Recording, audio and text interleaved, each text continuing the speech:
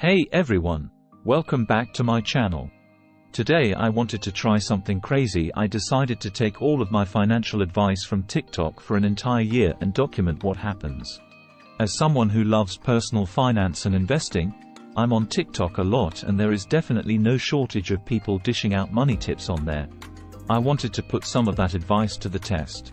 I know TikTok can sometimes oversimplify complex money topics or make unrealistic promises, so I was skeptical.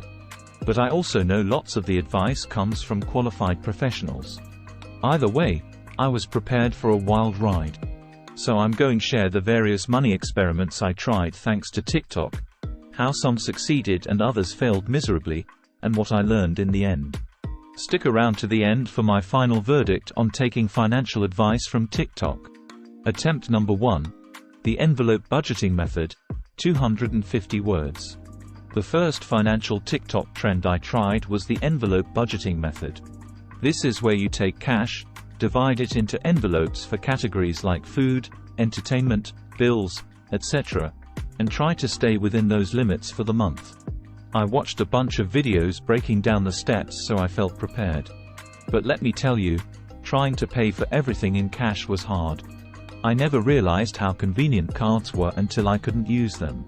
Trying to negotiate and count out cash at gas stations, grocery stores, doctors' offices, it was all pretty unpleasant and time-consuming. However, the cash envelopes did work to curb my spending. Having that physical reminder of money dwindling in an envelope made me really consider if purchases were necessary. And I ended up saving money by cutting out spontaneous Amazon orders and lunches out. So envelope budgeting was somewhat inconvenient but effective for saving money. The strict cash aspect may have been a bit unrealistic for modern life. But seeing spending money physically depart did make me more frugal. Attempt number 2. Investing loose change, 250 words. The next viral money hack I tried was using spare change to invest. Apps like Acorns and Robinhood let you invest your virtual spare change from everyday purchases. Once I connected my cards, tiny amounts from transactions were rounded up and invested automatically over time. I was surprised to find I actually accumulated over $50 in a few months just from digital change. However, when I really crunched the numbers, I realized I was earning less than a 1% return on that capital.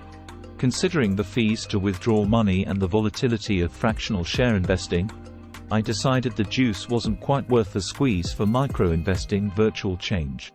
That said, the psychological motivation of this hack was genius. By effortlessly investing crumbs, it made me more excited about my high-yield retirement accounts watching whole dollar amounts grow through compounding interest. So this hack won points for psychology, but I wasn't quite convinced on the monetary returns. Attempt number 3, side hustles, 250 words. Perhaps the trendiest financial topic on TikTok is side hustle income ideas. And this is the one I was most excited to try out. Who couldn't use a little extra cash in their wallet at the end of each month? I decided to take the popular advice and explore a few common side hustles: driving for Uber, Lyft, tutoring students online, and creating YouTube videos. Overall, these industries were very accessible to dive into thanks to TikTok's endless advice. I loved the flexibility of making some extra income week to week. However, it was diminishing returns eventually kicked in. The more hours I put in, the less I earned per hour due to oversaturation. Uber earnings depended heavily on locations, events each weekend. Tutoring was only consistently lucrative around exam periods, and YouTube took months to start seeing a single paycheck. So while side hustles seemed glamorous at first, I learned consistency and scalability were tougher than TikTok implied. The beer money was great when I had time, but as my 9-to-5 job ramped up, finding energy for side gigs was hard. Conclusion: 200 words. Well, there you have it, 3 financial experiments courtesy of TikTok. While not all advice led me straight to Easy Street, this journey did teach me a lot. I realized TikTok money tips should be taken with a grain of salt. The hype doesn't always match reality. But there are also some genuinely insightful financial pros sharing their knowledge on the platform. So have an open but critical mindset when digesting money advice from short videos. Trying all those financial TikTok trends showed me the importance of tailoring money strategies to my own lifestyle and priorities.